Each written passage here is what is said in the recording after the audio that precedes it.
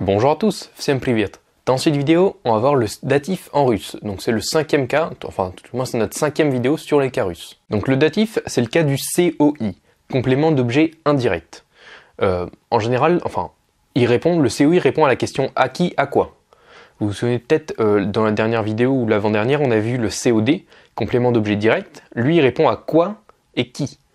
Le COI, indirect, répond à la question à quoi, à qui. C'est-à-dire que la différence, c'est qu'il est séparé par une préposition. À, de, par, pour, sans, avec, sur, au, etc., etc. Quelques petits exemples pour que ce soit un peu plus clair pour vous.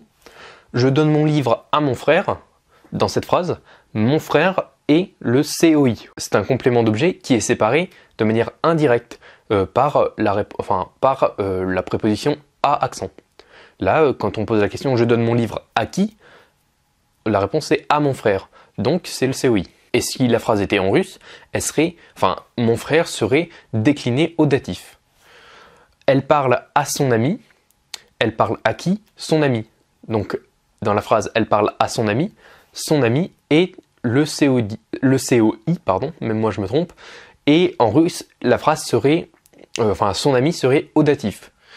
Et un petit dernier exemple, c'est d'ailleurs je vous l'ai dit au tout début de la vidéo. Je vous ai dit Всем привет, ça veut dire bonjour à tous.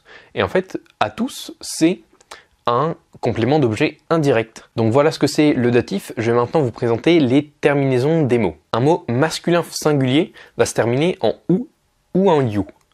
Donc en ou si ça se termine par une consonne dure, en you si ça se termine par une consonne molle ou un signe mou.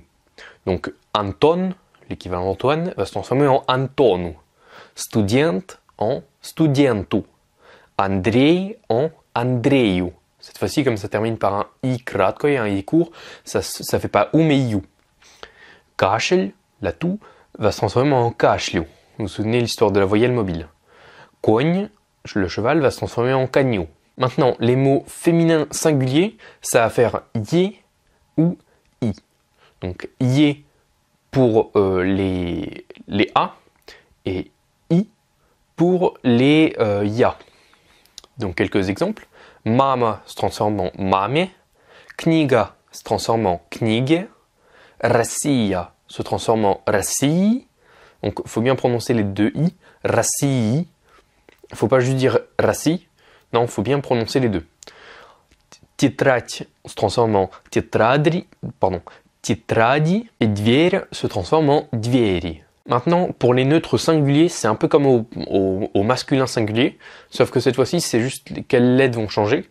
Alors, c'est encore ou you, mais les o se transforment en ou et les ye se transforment en you. C'est la seule différence avec le masculin. Donc, akno, la fenêtre, va se transformer en aknu. Vedro en vedru. Море en морю. Счастье en счастью. Maintenant, le pluriel, c'est exactement la même chose pour les trois. Ça va être soit am pour tout ce qui est dur et yam pour tout ce qui est mou.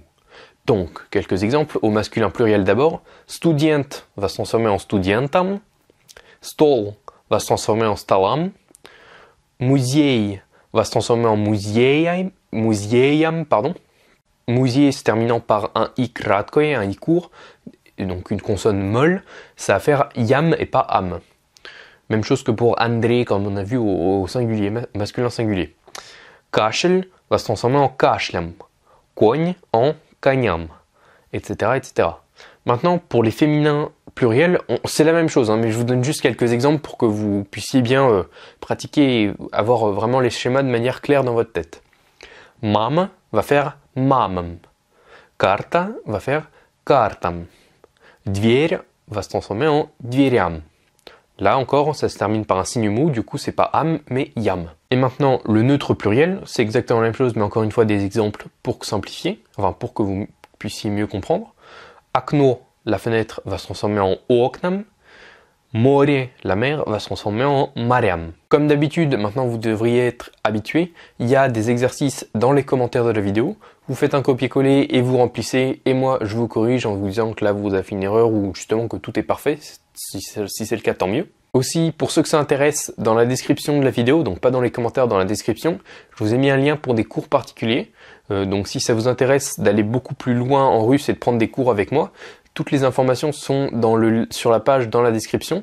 Vous cliquez dessus et vous allez avoir tout ce qu'il faut pour vous inscrire, mes contacts, enfin de quoi me contacter, comment est-ce qu'on va s'organiser, les tarifs, le nombre d'heures par semaine, etc., etc. Tout ça c'est dans la description, le 3e lien il me semble. Et en attendant donc, je vous remercie pour votre visionnage et je vous dis пока. Ясно стало теперь.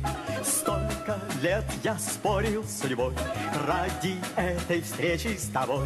Мерз я где-то, плыл за моря.